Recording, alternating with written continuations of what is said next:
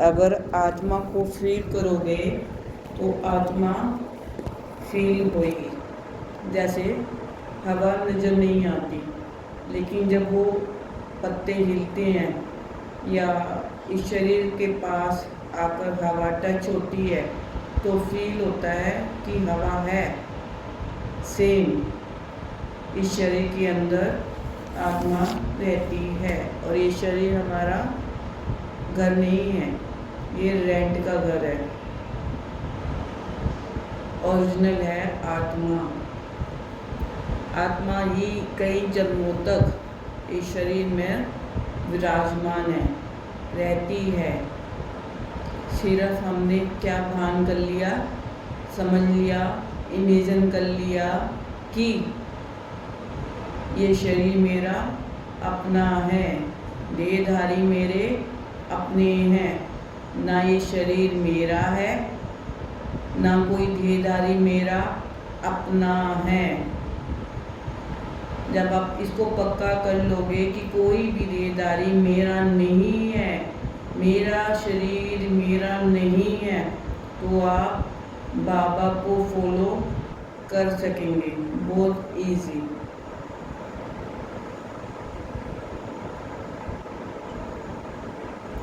Easy तरीके से आप बाबा को फॉलो कर सकेंगे कि इस शरीर को कौन चला रहा है। इस शरीर को चलाने वाली, हर संकल्प को रचना करने वाली, हर भावना को महसूस करने वाली मैं चैतन्य शक्ति आत्मा हूँ। मैं ही शरीर को चला रही हूँ। मैं आत्मा बहुत प्योर थी जब मैं सतयुग में आई। कोई गिरना नहीं थी, कोई कुछ नहीं था। बहुत प्यार से आत्माओं के साथ देवी देवता के रूप में सतयुग में रहती थी। लेकिन जैसे जैसे मैं द्वापर में आई, मेरे अंदर भेदभाव, तेरा मेरा उत्पन्न हो गया। अब इस तेरे मेरे को हटाने के लिए संगम युग पर बाबा आया है। तो मुझे क्या करना पड़ेगा? मुझे आत्मा को अपना पुरुषार्थ स्वयं करना पड़ेगा और फील करना पड़ेगा कि मैं आत्मा हूँ, मैं आत्मा हूँ। जब मुझे यह फीलिंग आएगी, ये फील होएगा कि मैं आत्मा हूँ, तो आत्मा अपना पुरुषार्थ खुद करेगी। जैसे अगर मैं आपको कह दूँ कि आप 2 दिन सो जाओ, 2 दिन बिस्तर पे लेट जाओ, सो जो आपको छुट्टी है, तो क्या आप 2 दिन सो जाओगे? नहीं सो पाओगे। कोई भी आत्मा शरीर को लेके 2 दिन नहीं लेट पाएगा, नहीं सो पाएगा। ज़्यादा से ज़्यादा 8-10 घंटे बस इनफ है। तो संगम युग पर मुझे क्या पुरुषार्थ करना पड़ेगा? पहले तो मुझे आत्मा को फील करना पड़ेगा, फिर उसके बाद मुझे परमात्मा को फील करना पड़ेगा और ये निश्चय करना पड़ेगा कि परमात्मा ही मेरा हर संबंध में माँ बाप, भाई बहन, बंधु सखा सब कुछ है। द्वापर युग और कलयुग, 2 युग मैंने भक्ति करी। जब 2 युग मैंने भक्ति बहुत करी, उसके बाद बाबा ने मुझे कहाँ भेजा? संगम युग पर। अब ये संगम युग बहुत छोटा सा है, संगम युग बहुत छोटा सा है। इसमें ही मुझे पुरुषार्थ करना है, इसमें ही मुझे विकारों को छोड़ना है, इसमें ही मुझे सतयुग की तैयारी करनी है, इसमें ही मुझे देहधारियों को छोड़ना है। मतलब वैसे नहीं, मन से छोड़ना है, बुद्धि से छोड़ना है। और संस्कारों में क्या लेके आना है, गुणों को लेके आना है।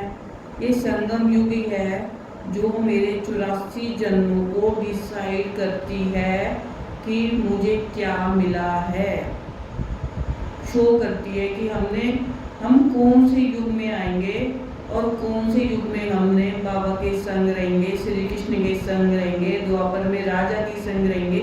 यही संगम युग शो करता है। हमारी ड्रेस शो करती है कि मैं अच्छी ड्रेस पहनता हूँ, संगम युग पे माना क्लीन ड्रेस पहनता हूँ, वेल मैनर्ड हूँ, अच्छी तरह बोलता हूँ, हर एक का सहयोग देता हूँ। यही संगम युग है जिसमें मुझे मतलब संगम युग एक हमारा कौन सा जन्म है, फर्स्ट जन्म है सतयुग का, और कलयुग का लास्ट जन्म है। तो 84 जन्म 83 जन्म भूल जो अपने और संगम युग को याद करो कि मुझे क्या मिला है, क्या करना है, क्या नहीं करना, मुझे मेरा एम क्या है। मेरा एम है लक्ष्मी नारायण का। उस लक्ष्मी नारायण को पाने के लिए मुझे क्या करना पड़ेगा। आज अपने इस ड्रिल में, इस कमेंट्री में आज आप वो अपना पहला दिन याद करो जब आप बाबा से मिले थे। पहला दिन जब आपको बाबा नहीं पता था, आत्मा नहीं पता थी, उसको फील करना पड़ेगा कि मैं आत्मा बाबा का बच्चा कैसे बना, कैसे मैंने उन पे निश्चय किया, कैसे मुझे ड्रामे पे निश्चय हुआ, कैसे मुझे नशा चढ़ा। आज आपको फर्स्ट डे याद करना पड़ेगा, अपना पहला दिन। और जब हम संगम युग पर आते हैं तो हम एक नाव में सवार होते हैं। जैसे अब बाबा हमें सतयुग में लेके जाएगा तो नाव में सवार लेके जाएगा। मैं नाव में हम सवार होंगे और उस सागर को पार करेंगे। बाबा नाव सागर में छोड़ देगा और 9 लाख उसमें बैठ के सतयुग में चली जाएंगी। सेम द्वापर में भी हम नाव में बैठेंगे और सेम कलयुग में भी हम नाव में बैठेंगे। तो कलयुग में छोड़ने के लिए हमें सिर्फ एक नाव को फॉलो करना पड़ेगा, दैट इज संगम युग। 2 नाव हमने छोड़ देनी है। अब जो कलयुग है वो है भक्ति मार्ग। द्वापर और कलयुग क्या है? भक्ति मार्ग। और संगम युग क्या है? ज्ञान का मार्ग। और सतयुग में ज्ञान मार्ग नहीं रहेगा। अब हमने अपनी बुद्धि में बिठाना है कि मुझे क्या छोड़ना है और क्या नहीं छोड़ना। बाबा मुझे क्या कह रहा है, टचिंग क्या दे रहा है, समझ रहे हो? द्वापर और कलयुग है भक्ति मार्ग, जो बाबा ने मुझे एक नाव में बिठाया था और द्वापर और कलयुग में छोड़ दिया था। अब मुझे कौन सी नाव में बैठना है और कौन सी नाव में नहीं बैठना, ये मुझे खुद डिसाइड करना है। मेरा रिमोट कंट्रोल मेरे हाथ में खुद है। मुझे तो बाबा ने नाव दिखा दी थी कि बच्चे इसमें बैठ जा और वहाँ पहुँचेगा अपनी मंजिल पर, ठीक है। तो मैं नाव में बैठ गई द्वापर में, वहाँ से मेरा भक्ति मार्ग का पाठ शुरू हो गया। पूजे सो पुजारी, कभी मैं मंदिर पंडित बना, कभी मैं मूर्त बना। और जो आज संगम युग में मैं प्रजा बनाऊंगा वो मुझे पूजेगी। कहाँ पर? द्वापर में, जब मैं मूर्त बनूंगा। और जिनको मैंने बिगाड़ दिया, टीचर्स बहनों को, दादियों को, तो उनकी मैं पूजा करूंगा। कैसे? पंडित के रूप में। अब मैं संगम युग पे आया हूँ। संगम युग पे तो बाबा ने मुझे संगम युग पे नाव में बिठाया था। पहला दिन याद करो अपना, ठीक है। तो अब मैं यहाँ पर संगम युग पर आ गया। अब संगम युग पर आपने जो कलयुग की नाव है ना, वो तो छोड़नी पड़ेगी। छोड़ोगे तभी तो आप संगम युग पे आओगे। अब आप कलयुग में भी बैठे हो और संगम युग पे भी बैठे हो, तो आप सतयुग में नहीं पहुंच पाओगे। तो सतयुग में आप सिर्फ एक प्रजा बन के रह जाओगे। श्री कृष्ण की नगरी में नहीं पहुंच पाओगे। श्री कृष्ण की नगरी तो सतयुग में है, लेकिन आपको कलयुग की नाव छोड़नी पड़ेगी। अब आप दो नाव में एक साथ बैठोगे, कलयुग में भी और संगम युग में भी। कभी कलयुग में और कभी संगम युग पर। अब कलयुग की नाव कौन सी है? भक्ति मार्ग की। तो जब आप भक्ति मार्ग की नाव में बैठोगे तो भक्ति मार्ग की आत्माएं भी आपको मिलेगी, कुछ ना कुछ कहेगी आपको, तो आप उनको भी फॉलो करोगे। और जब संगम युग पर बाबा के बच्चे भी होंगे तो आप उनको भी फॉलो करोगे। अब दोनों कंबाइन होंगे, कभी कलयुग के बच्चे और कभी संगम युग के बच्चे।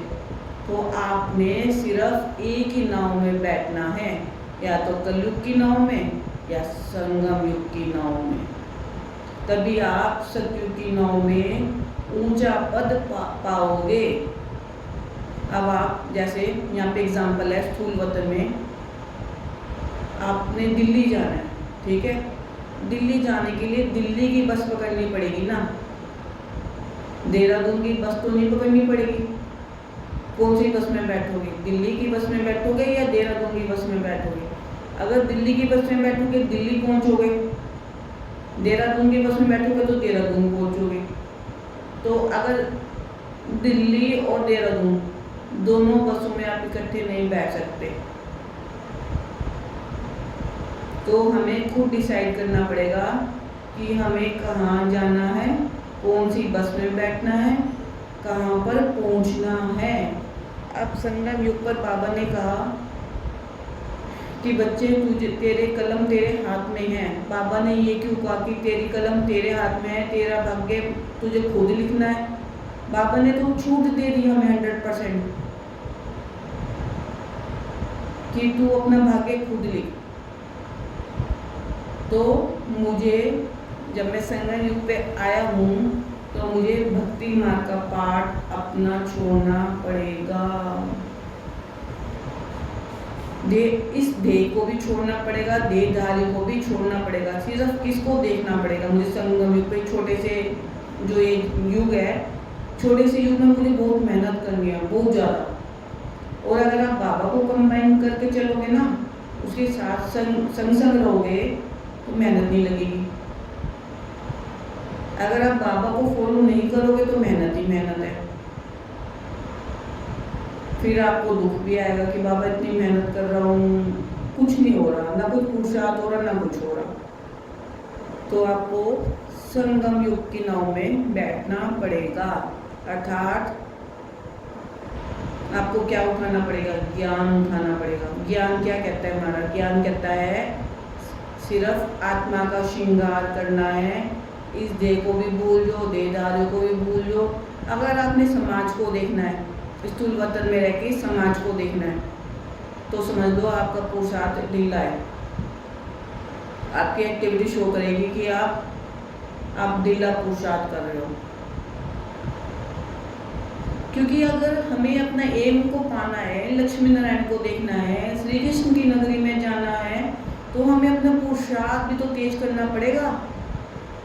अब एक जा रहा है सीढ़ियों से, एक जा रहा है लिफ्ट से, तो सबसे पहले क्या पहुंचेगा? लिफ्ट ना। सीढ़ियों में क्या होगी? थकावट होगी, मेहनत लगेगी। और लिफ्ट में कुछ मेहनत नहीं है। लिफ्ट में कौन है हमारे साथ? बाबा। अब हमें क्या मिली है? लिफ्ट। कहाँ की? सतयुग की।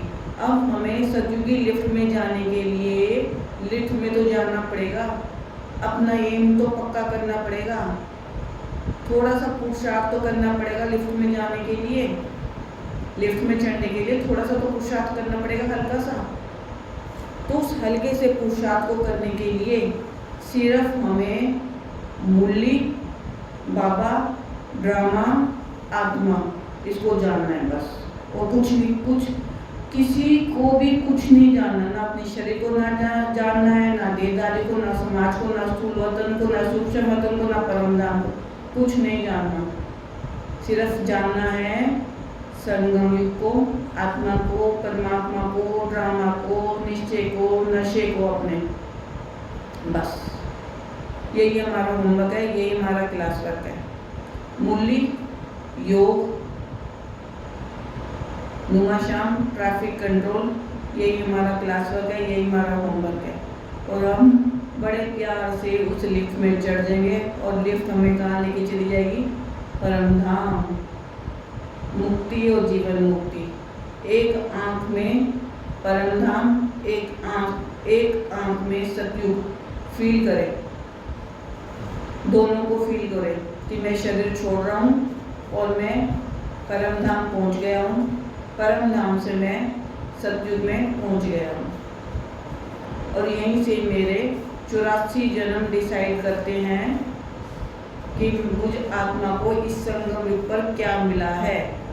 यहीं से हमारे 84 जन्मों की स्टार्टिंग होती है, यहीं से संगम युग से ही।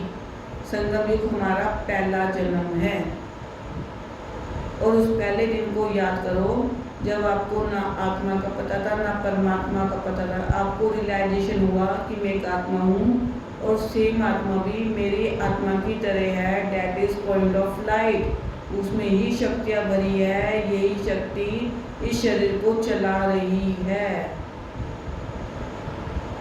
आत्मा अवगुणों से भर गई थी, रावण ने अवगुणों से भर दिया था। बाबा आकर अवगुणों को हटाता है और गुण भरता है। संगम युग पर बाबा का भी पार्ट है और मुझ आत्मा का भी पार्ट है। अब बाबा मुझे पतित से पावन बना रहा है, लेकिन गुण मुझे खुद ही भरने हैं। मुझे खुद डिसाइड करना है कि मेरे अंदर कौन कौन से अवगुण रह गए हैं और कौन कौन से गुणों को मैंने भरना है, कौन कौन से संस्कारों को मैंने भरना है। ये आत्मा खुद डिसाइड करती है। अब यहाँ पे मुझे खुद डिसाइड करना पड़ेगा ना कि मुझे किसके घर जाना है, किसके नहीं जाना, मुझे क्या खाना है, क्या नहीं खाना। बाबा कहते हैं प्याज नहीं खानी, लहसुन नहीं खानी, नॉनवेज नहीं खाना, अंडा नहीं खाना, किसी के हाथ का भोजन नहीं खाना। क्यों? क्योंकि सब पतित है और अगर पावन भी बन रहे हैं तो किसी ना किसी के अंदर कुछ ना कुछ तो अवगुण होगा, इसलिए किसी के हाथ का भोजन नहीं खाते, किसी के घर का भोजन नहीं खाते। बाय चांस चलो वो पावन बन रहा है, अब क्या पता उसके अंदर कौन सा गुण है। पता है, अगर हमें गुणों को फॉलो करना है तो श्री कृष्ण के समान बनना है तो 16 गुणों को भी, 36 गुणों को भी, 16 कलाओं को भी मुझे अपने अंदर भरना पड़ेगा। मुझे मेहनत अपने ऊपर स्वयं करनी है। उन गुणों को देखना है, 36 गुणों को लिस्ट देखनी है, 36 गुणों की लिस्ट देखनी है कि मेरे अंदर क्या रह गया है और क्या नहीं रह गया। फर्स्ट है जैसे हमारा हर्षित मुक्ता, क्या मेरा चेहरा हर्षित करता है? खुद डिसाइड करना है। अगर करता है टिक मार्क करो, यस। फिर सेकंड है धैर्यता, क्या मेरे अंदर धैर्यता का गुण है तो टिक मार्क करो, आगे बढ़ो। थर्ड फॉलो करो स्वच्छता, सफाई, क्लीनलीनेस, क्या मेरे अंदर सफाई है? क्या मैं अपने आसपास सफाई रखता हूँ? क्या मैं अपने वस्त्रों की सफाई रखता हूँ? अपने नेल्स काटता हूँ? अगर है तो टिक मार्क करो, आगे बढ़ जाओ। ऐसे ही 36 गुण अपने देखते हैं। फिर संतुष्टता आ गया, अंतर्मुखता आ गया, क्या मैं ज़्यादा व्यर्थ में आता हूँ? अगर कोई मेरे साथ वार्तालाप करता है, ज्ञान की आर्गुमेंट करता है, क्या मैं उससे आर्गुमेंट करता हूँ? ऐसे ही अपने 36 गुणों की लिस्ट देखनी है और जो जो आपके अंदर है उसे टिक मार्क करते जाओ और जो नहीं है उसकी तैयारी करो। फिर उससे क्या है, वो सर्टिफिकेट मिलेगा। एक तो पहले आप खुद सर्टिफिकेट दोगे, फिर दूसरा आत्मा ही देंगी सर्टिफिकेट, फिर तीसरा बाबा खुद देगा कि क्या अंदर इसके अंदर ये गुण है। देवी देवता कैसे बनेंगे हम? देवी देवता के अंदर क्या होता है? श्री कृष्ण के अंदर क्या है? 16 कला, संपूर्ण कला है ना, बस वही लेके आनी है, चेकिंग करनी है, खुद करेक्शन करना है। और जब हम अपना करेक्शन करेंगे तो हम क्या करेंगे उसे, जैसे स्कूल में क्या मिलता है, डिक्टेशन मिलती है, डिक्टेशन मिलती है ना। अगर कुछ हमारा वर्ड गलत होता है तो मैडम क्या कहती है, इस वर्ड को 4 बार, 5 बार, 10 बार लिख के लाओ, करेक्ट एंड चेंज।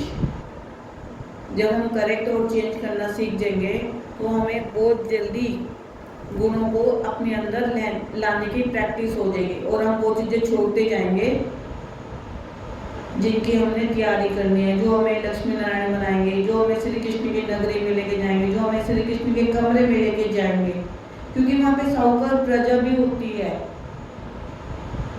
साहूकार के अंदर भी प्रजा होती है, उसके अंदर भी प्रजा होती है। तो हमने अपना पाठ खुद डिसाइड करना है। बाबा ने कलम मेरे हाथ में दी है। मैं आत्मा अपने ओरिजिनल स्वरूप में शांत स्वरूप हूँ, शांत हूँ। जब मुझे क्रोध आता है तो क्या मैं आत्मा शांत रहती हूँ या चिल्लाती हूँ या इरिटेट हो जाती हूँ या बंदर जैसा लाल मुंह हो जाता है मेरा या बंदर जैसी एक्टिविटी करती हूँ। बंदर क्या करता है गुस्से में? आंखें लाल और हाथों को क्या करता है? नाखूनों को करता है ना, दोनों हाथ बीच लेता है और लाल मुंह कर लेता है और चिल्लाता है कि मैं ही राइट हूँ। अब आपने खुद डिसाइड करना है कि आप बंदर हो। अगर बंदर नहीं हो तो देवी देवता हो, देवी देवता के वाले गुण हैं आपके अंदर। खुद डिसाइड करना है, खुद, कोई नहीं करेगा संगम युग पर। बाबा ने कहा अपना पुरुषार्थ खुद करना है, खुद। जब मैं पहले दिन आई थी बाबा के पास तो मुझे फीलिंग आई थी कि बाबा ये शरीर के अंदर आत्मा है। तो उस समय मैं शौक में हो गई थी, अच्छा आत्मा भी होती है, अच्छा इसका बाप भी होता है, उसे बाप बोलते हैं, उसे परमात्मा बोलते हैं। ऐसी ऐसी बातें मेरे अंदर आई थी। अच्छा मेरे अंदर अवगुण भी है, मुझे उसे डिलीट करना है और कॉपी पेस्ट करना है। किसको? गुण को। अब आपको कोई किसी के गुण अच्छे लग रहे हैं, सिर्फ क्या करना है? कॉपी और पेस्ट। कॉपी करते जाओ, कॉपी करते जाओ, पेस्ट अपने आप हो जाएगी। पता भी नहीं चलेगा कि आपके अंदर कब कॉपी और पेस्ट हो गया। बाबा क्या कहता है कि 16 कलाएं यहीं घूम रही है, सारे गुण 36 गुण यहीं घूम रहे हैं, बस कॉपी और पेस्ट तो करना है। बाबा सहयोगी है हर संबंध में। बस बाबा को, बाबा इस आत्मा के मुझे गुण अच्छे लग रहे हैं, ये कॉपी पेस्ट कर दो बस। क्योंकि बाबा हमारा दोस्त भी तो है ना। तो दोस्त क्या करता है? सहयोग देता है। शांति मेरी अपनी नेचर है, शांति मेरा ही संस्कार है। फील करो, सतयुग में क्या है? शांति ही शांति, शांति ही शांति। अब मैं आत्मा किसी से लड़ती हूँ, क्रोध करती हूँ तो मुझे अच्छा नहीं लगता। मुझे क्या अच्छा लगता है? शांत रहना, क्योंकि वो मेरा ओरिजिनल संस्कार है, मुझे वो अच्छा लगता है। तो बाबा से संगम युग पर मैं क्या ले रही हूँ? शांति की किरणें मुझ आत्मा से निकल चारों तरफ फैल रही है। पहले मैंने बाबा से ली, बाबा ने मुझे एक शांति का झरना दिखाया और मैं उसके नीचे गई। आत्मा एक बहुत बड़ा झरना जिसमें शांति ही शांति है। मैं वहाँ जाके खड़ी हो गई शांति के झरने पे और शांति के झरनों से मैं भरपूर हो गई। जब मैं भरपूर हो गई तो मुझे आत्मा से वो शांति की किरणें चारों तरफ फैल गई और जो आत्माएं मेरे संपर्क में आती हैं वो भी शांति से भर जाती है। अब सबसे पहले गुण क्या है? पवित्रता का। तो बाबा ने सबसे पहले मुझे पवित्रता का गुण दिया। तो जैसे ही मेरे अंदर पवित्रता आई, मेरे पास जो भी आता है वो भी क्या फीलिंग करता है? पवित्रता की। वो उसको भी अट्रैक्शन होती है मेरे पास आने की। क्यों? क्योंकि मेरे अंदर कौन सा गुण है? पवित्रता का। अब पवित्रता का गुण कैसे है? वो भी कई प्रकार का है। सबसे पहले ब्रह्मचारी का, वो मिल गया। फिर सेकंड, फ्रेश होकर नहाना है, ये भी मिल गया। फिर तीसरा, कपड़े साफ रखने हैं जो आप इस शरीर को पर धारण करते हो, वो भी मिल गया। फिर पॉजिटिव संकल्प की पवित्रता, वो भी मिल गई। फिर हमारे कर्मों में पवित्रता, वो भी मिल गई। तो पवित्रता, संपूर्ण पवित्रता इसको बोलते हैं जब आपके अंदर सबके लिए शुभ भावना रहती है। अपने लिए तो रहती है, लेकिन उससे पहले आप किसके लिए बारे में सोचते हो? दूसरों के लिए। जैसे आप खाना खाने बैठते हो और कोई आ जाता है, उसको बहुत तेज भूख लग रही होती है, तो आप अपना खाना उसको दे देते हो। ये है संतुष्टता का गुण। तो सेम जैसे ही पवित्रता मेरे अंदर भरती है, मैं भी पवित्रता की जो किरणें हैं वो दूसरों को दे देती हूँ, दूसरों को भर देती हूँ। जैसे आपके पास 100 रुपये हैं और किसी को 10 रुपये चाहिए, तो आप बहुत जल्दी दे दोगे, क्योंकि आप 10 रुपये दे सकते हो, क्योंकि आपके पास क्या है? 100 रुपये हैं। तो ऐसे ही जो मेरे पास पवित्रता का खजाना 100 रुपये है, तो मैं 10 रुपये का खजाना बहुत ईजी किसी को दे सकती हूँ, क्योंकि वो कमज़ोर है। तो जब मैं उसको 10 रुपये का खजाना दे दूँगी तो क्या हो जाएगा? भरपूर हो जाएगा, क्योंकि उसे नीड किसकी थी? 10 रुपये की।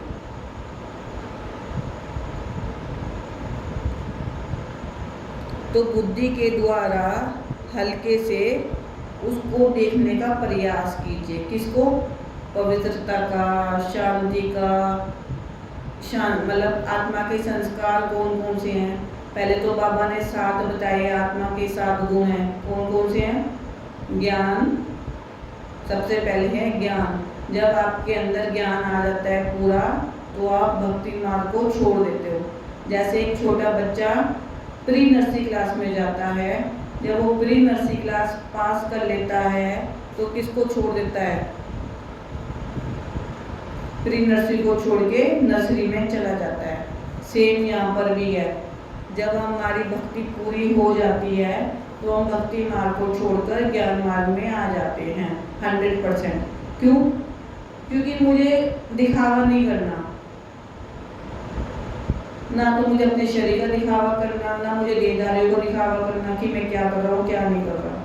मुझे सिर्फ पुरुषार्थ करना है सतयुग में जाने के लिए, बस मेरा एम ही यही है। जब मुझे अपना एम नजर आता है तो मैं ये सारा दिखावा, इसको बोलते हैं पाखंड। जैसे अब हवन है, हवन में क्या करते हैं? सारी हवन सामग्री ये सब कुछ डाला जाता है, देसी घी डाला जाता है, उसे बोलते हैं पाखंड। किसमें? द्वापर युग में। सिर्फ एक शांत, मतलब किसके लिए? शांत के लिए, शांत वातावरण आने के लिए। अब बाबा ने तो मेरे अंदर शांति भर दी, और जो मेरे आसपास हो रहा है बाबा का वो भी शांत है, तो मुझे वो पाखंड छोड़ना पड़ेगा,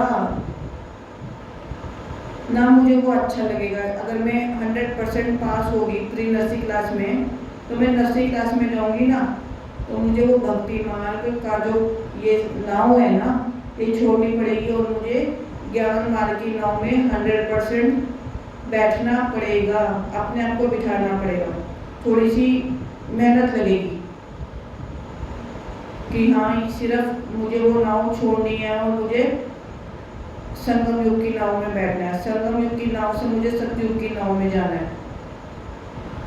वो नज़ारे देखने जो बाबा बोलते हैं, सतयुग में ऐसा होगा ऐसा होगा। एक ही नदी होगी जिसमें जानवर भी और सब पानी पिएंगे, और दूध की नदियाँ बहती होगी, वो सब नज़ारे मुझे देखने हैं।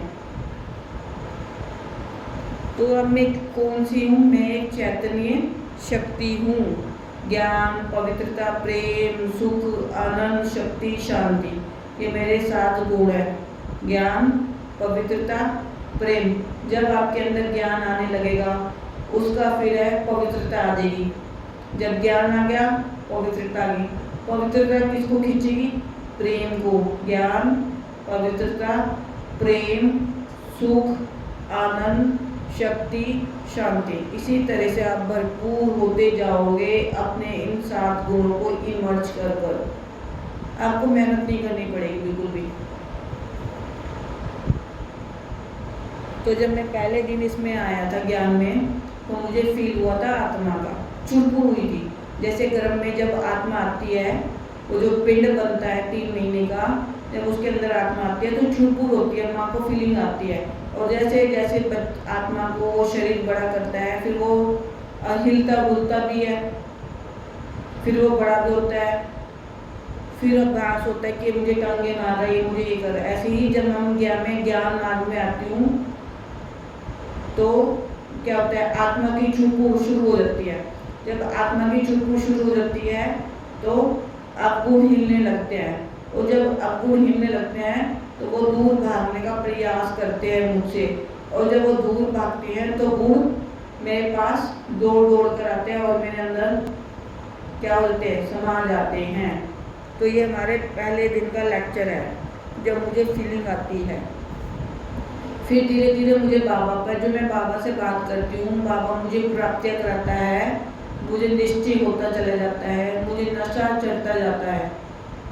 क्यों नशा चढ़ता है? क्योंकि बाबा से मैंने बातें करी, बाबा ऐसे है ऐसे है ऐसे है, कि मुझे ये चाहिए ये चाहिए ये चाहिए, क्योंकि चाहिए की लिस्ट बहुत बड़ी होती है। और जब बाबा मुझे चाहिए चाहिए चाहिए होता है, जब मुझे प्राप्तियाँ कराता है तो मुझे बहुत अच्छी फीलिंग आती है। और जब फीलिंग होती है, कराती है बाबा, तो मुझे नशा भी चढ़ता है। और जब नशा चढ़ता है तो मैं बाबा को फॉलो करना लगता हूँ। ये मुझे पहले दिन का आत्मा का लेक्चर है कि मैं आत्मा कैसी बाबा की बनी। फिर मुझे आत्मा पे तो निश्चय हो गया कि शरीर के अंदर आत्मा रहती है, इसका बाप भी परमात्मा है, ये भी पॉइंट ऑफ लाइट है। फिर मुझे ड्रामा पे निश्चय हुआ, ड्रामा कौन? अर्थात माँ। तो माँ संगम युग पर मेरे लिए हर सीन कल्याणकारी है। हर सीन, जब हर सीन कल्याणकारी है तो संगम युग भी कल्याणकारी है, सतयुग भी कल्याणकारी है, परमात्मा भी मेरे हक में है, परमात्मा भी मुझे देता रहता है। क्यों? क्योंकि मेरे संपूर्ण है ड्रामा। और जब माँ है, माँ क्या करती है? बच्चे के लिए देती जाती है, उसे भरपूर करती जाती है। तो फिर जब ड्रामा मुझे देता जा रहा है तो परमात्मा क्या देने में कसर करेगा? परमात्मा तो बेहद कर देगा, बेहद, हद से पार, बेहद का मुझे प्राप्तियों की लिस्ट में भर देगा। क्योंकि मेरा नाम बाबा के रजिस्टर में लिखा गया है। क्यों लिखा गया? क्योंकि मैंने पवित्रता को चुना है। और जब मैंने पवित्रता को चुना है तो बाबा के रजिस्टर में मेरा नाम है। बाबा रोज मेरी अटेंडेंस लेता है, रोज देखता है कि ये पवित्रता के रास्ते पर है। रोज देखता है बाबा कि इसके जो संकल्प है वो प्योर है या नेगेटिव है, कैसे चल रहे हैं। क्योंकि बाबा की नज़र मुझ पर रहती है हमेशा। जैसे एक छोटा सा बच्चा है तो माँ की नज़र उस पर हमेशा रहती है। रसोई में काम कर रही होती है, बग्गी में बच्चा लेटा रहता है, खाना पका रही है, कुछ भी पका रही है, कभी भी बच्चे पर आंच नहीं आने देती, उसे गर्म चीज़ का अभ्यास नहीं होने देती कि मैं कुछ पका रही हूँ, उसे दूर रखती है उस आग से। ऐसे ही बाबा मुझे विकारों से दूर रखता है। बाबा की नज़र मुझ पे रहती है। माँ इतना भोजन बनाती है, चावल करती है, सब कुछ अपना हाथ तक जला लेती है, लेकिन बच्चे पे कभी भी कुछ नहीं आने देती।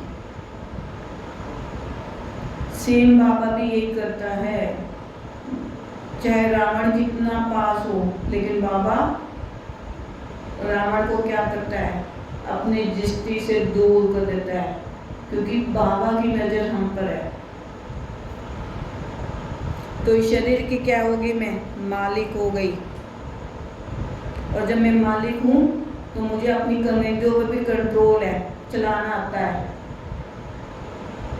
हाथ, पैर, आंखें, नाक, मुंह किधर जा रही है। और अगर मुझे क्रोध आता है, और अगर मैंने, जो हमारे लिप्स है ना, ये धनुष की तरह है, और जो धनुष से जो लिप्स हैं, अगर इससे कोई बात बाहर निकलती है तो ये बाण का काम करती है, बाण का, जैसे बाण छोड़ते हैं ना त्रेता युग में। अब मुझे अपने मुंह से क्या निकालना है क्या नहीं निकालना, ये मुझे मेरे कर्मों पे डिसाइड है।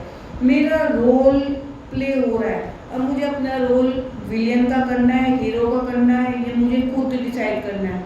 अगर मैं हीरो हूँ तो मैं अपने शब्दों का अच्छा प्रयोग करूँगा, अगर मैं विलियन हूँ तो कैसे करूँगा, बंदर जैसे।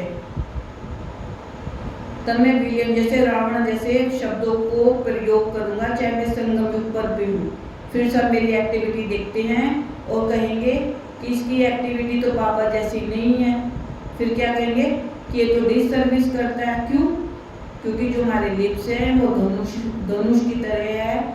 हमें उसे बाण छोड़ने हैं या गुलाब के पंखुड़ी छोड़ने हैं। गुलाब के अंदर क्या होता है, अब गुलाब के फूल को तोड़ोगे उसके अंदर पंखुड़ियाँ निकलेगी। अब मेरे अंदर से फूल बरस रहे हैं वाणी से या बाण निकल रहे हैं, मुझे खुद डिसाइड करना है। तो मेरा सपना क्या है, लक्ष्मी नारायण बनने का एम है मेरा। अगर एम है तो मुझे अपनी कलाएं, मुझे अपने गुण, मुझे अपनी शक्तियाँ, मुझे अपने संस्कार खुद ही भरने हैं। जैसे हमारा बैंक अकाउंट होता है, बैंक अकाउंट में कितने पैसे हैं ये मुझे खुद पता होता है, किसी को नहीं पता होता। कितने मैंने खर्च करे हैं। अब एटीएम कार्ड से क्या करते हैं हम, विड्रॉ करते हैं। तो अब अगर मैं विड्रॉ कर रही हूँ तो मेरे अकाउंट से भी तो पैसे निकल रहे हैं ना। तो सेम यहाँ पर यही होता है। अब मेरे गुण बढ़ते जा रहे हैं मेरे अंदर। और जो रावण है वो क्या है, मेरा डेबिट कार्ड है और वो चुरा रहा है मेरे पैसे। कैसे, डेबिट कार्ड के थ्रू। तो मेरे अकाउंट से भी तो घट रहे हैं। तो मुझे देखना है कि मेरे अकाउंट में क्या भर रहा है, गुण भर रहे हैं, शक्तियाँ भर रही है, संस्कार भर रहे हैं, क्या नहीं भर रहा है। मुझे खुद करेक्ट और करेक्शन करनी है, क्योंकि मैंने आत्मा के पार्ट को चुन लिया है, चूज कर लिया है। तो जो शांति के वाइब्रेशंस हैं मुझ आत्मा से निकल चारों तरफ फैल रहे हैं। जैसे सूर्य की किरणें चारों तरफ क्या करती है, फैलती है। और मैं आत्मा इस देह और देह की दुनिया से किनारा करती हूँ। कब, संगम युग पर। शरीर का श्रृंगार छोड़ती हूँ और आत्मा का श्रृंगार बढ़ती जाती हूँ, क्योंकि मुझे आत्मा का श्रृंगार करना अच्छा लगता है। अगर हम देह का श्रृंगार कर रहे हैं, माना लौकिक पति का श्रृंगार कर रहे हैं, अभी भी आपकी बुद्धि लौकिक पति के अंदर घुसी पड़ी है। तो मेरा पति कौन है इस समय संगम युग पर, बाबा को क्या अच्छा लगता है, आत्मा का श्रृंगार। क्योंकि यही हमारे 84 जन्मों का शो करता है, 84 जन्मों का डिसाइड करता है कि मैंने शरीर का श्रृंगार करना है, आत्मा का श्रृंगार करना है, ये मुझे खुद डिसाइड करना है। अगर मैं आत्मा का श्रृंगार करती हूँ तो समझ लो कि रिमोट कंट्रोल मेरे खुद अपने हाथ में है, किसी देहधारी के हाथ में नहीं है, किसी दुनिया के हाथ में नहीं है।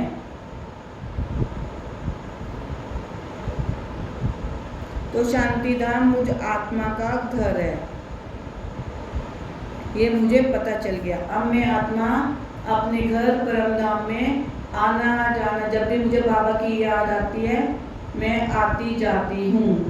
और बाबा, जब मैं आत्मा परम धाम में आती जाती हूँ तो बाबा कुछ ना कुछ मुझे देता जाता है। जैसे लड़की अपने घर जाती है तो माँ क्या करती है, उसे कुछ ना कुछ देती जाती है। सेम बाबा भी मुझे, जब भी मैं परम धाम जाता हूँ, उदास होता हूँ, तो बाबा मुझे शक्तियों से भरपूर करता जाता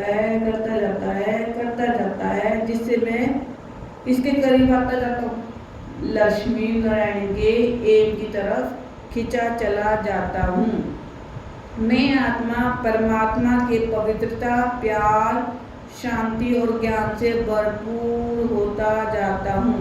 परमात्मा का प्यार और प्योरिटी मुझे शक्ति देते हैं कि मेरे जीवन में परमात्मा की प्योरिटी मेरे शरीर के कण कण में फैल रही है।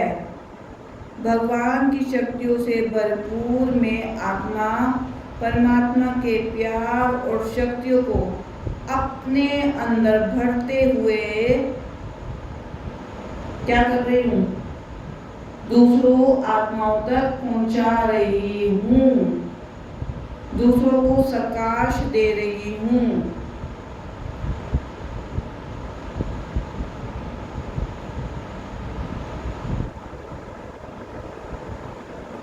परमात्मा का प्यार और प्योरिटी मुझे शक्ति देते हैं। आज आप अपनी 16 कलाएं देखेंगे और क्या देखोगे, 36 गुण देखोगे, अपनी शक्तियां निकालोगे, अपने गुणों की लिस्ट निकालोगे और उनको चेक करोगे। और जैसे जैसे आप चेक करते जाओगे आपको गुण अच्छे लगता जाएगा। और जैसे जैसे आपने स्थूल स्टडी करी है, सेम यहाँ पे भी यही स्टडी करोगे कि मेरे अंदर क्या रह गया और क्या नहीं रह गया, और वो शक्तियाँ आपके अंदर भरती जाएगी। ज्ञान, पवित्रता, प्रेम, सुख, आनंद, शक्ति, शांति, ये है आत्मा के गुण। जैसे जैसे ये आपके अंदर भरते जाएंगे, फिर उसके बाद 16 कलाएं चेक करनी है, फिर उसके बाद अपने 36 गुण चेक करने हैं, फिर आपके अंदर संस्कार भरते जाएंगे, अच्छे अच्छे संस्कार, और आप कहाँ पहुँचोगे, सतयुग में पहुँच जाओगे। ओम शांति।